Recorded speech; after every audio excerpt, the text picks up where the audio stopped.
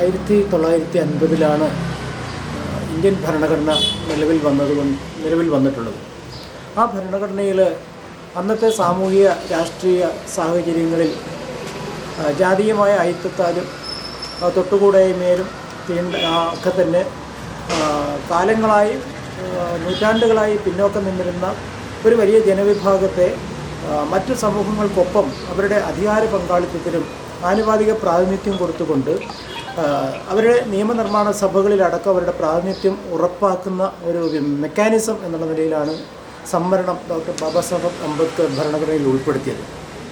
എന്നാൽ 50 ഈ ഭരണഘടന നിലവിൽ വന്ന തൊട്ടടുത്ത വർഷം തൊട്ട് തന്നെ ആ സംവരണത്തിനെതിരായ നീക്കങ്ങൾ പലതരത്തിൽ നമ്മുടെ രാജ്യത്ത് പ്രത്യക്ഷപ്പെട്ടിട്ടുണ്ട്.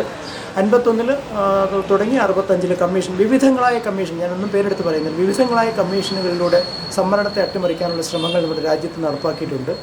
അതിൻ്റെ ഏറ്റവും അവസാനത്തെ ഉദാഹരണം ആണ് ഒരുപക്ഷേ ഈ 2024 ഓഗസ്റ്റ് 1 സുപ്രീം കോടതിയുടെ ഒരു ചരിത്ര പ്രധാനമുള്ള ഒരു വിധിയിലൂടെ പുറത്തു വന്നിരിക്കുന്നത്.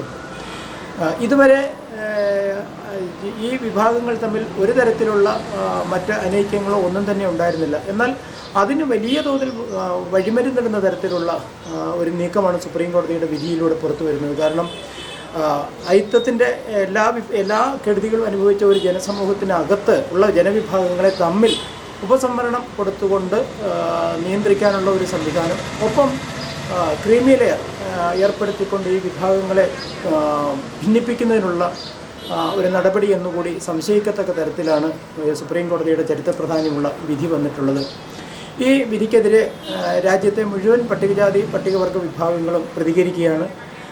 ഒപ്പം കേന്ദ്ര ഗവൺമെൻറ്റിനോട് ഞങ്ങൾക്ക് ആവശ്യപ്പെടാനുള്ളത് ഈ പട്ടികജാതി സംവരണം എന്ന് പറയുന്ന ഈ 341, 342 വകുപ്പിന് വേണ്ട ഭേദഗതി വരുത്താനുള്ള സംസ്ഥാന ഗവൺമെൻറ്റുകൾക്ക് അധികാരം കൊടുക്കുന്ന ഈ വകുപ്പിനെ ഭരണഘടനയുടെ 9ാം ഷെഡ്യൂളിൽ പെടുത്തിക്കൊണ്ട് അതിന് നിയമപരമായ സംരക്ഷണം ഉറപ്പാക്കണം എന്നുകൂടിയാണ് ഈ ഹർത്താലിലൂടെ ഞങ്ങൾ ആവശ്യപ്പെടുന്നത്.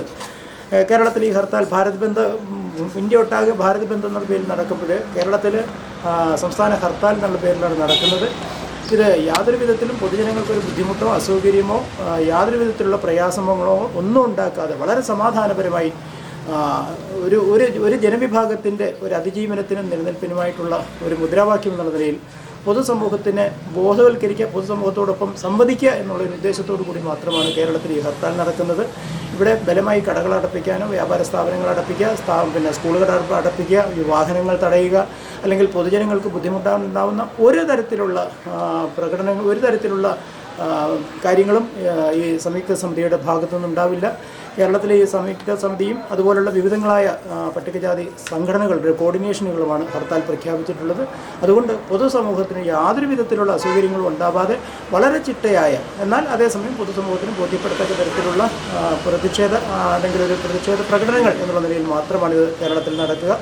ഇത് ഞങ്ങൾക്ക് പൊതുജനങ്ങളോട് പറയാനുള്ളത്, തീർച്ചയായിട്ടും ഞങ്ങളുടെ ഈ നിലനിൽപ്പിന് വേണ്ടിയുള്ള ഈ ധർമ്മസമരത്തിൽ, അതിജീവനത്തിന് വേണ്ടിയുള്ള ഈ ധർമ്മസമരത്തിൽ പൊതുജനങ്ങളുടെ ഒരു പിന്തുണ ഞങ്ങൾക്കുണ്ടാവണം എന്ന് മാത്രമാണിത്. കാരണം ഇത് അടുത്ത ഞങ്ങളുടെ ഒരു തലമുറയെ സംരക്ഷിച്ചെടുക്കാനുള്ള ഒരു അധ്വാനം കൂടിയാണ് എന്നുള്ളതിൻ്റെ ഒരു അന്തസത്ത ഉൾക്കൊണ്ടുകൊണ്ട് തന്നെ പൊതുജനങ്ങൾ ഞങ്ങളോട് സഹകരിക്കണം എന്നുകൂടി അഭ്യർത്ഥിക്കുകയാണ്.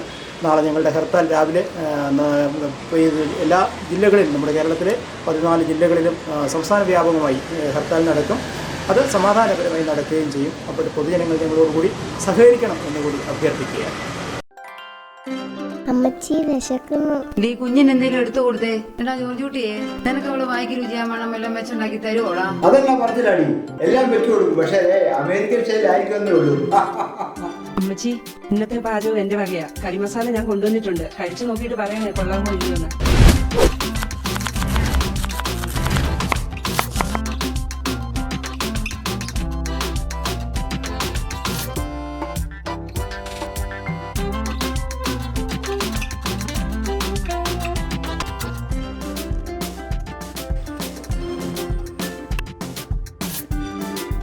കൊള്ളാമില്ലോട്ടുള്ളതിന്റെ കൈപുണ്യം.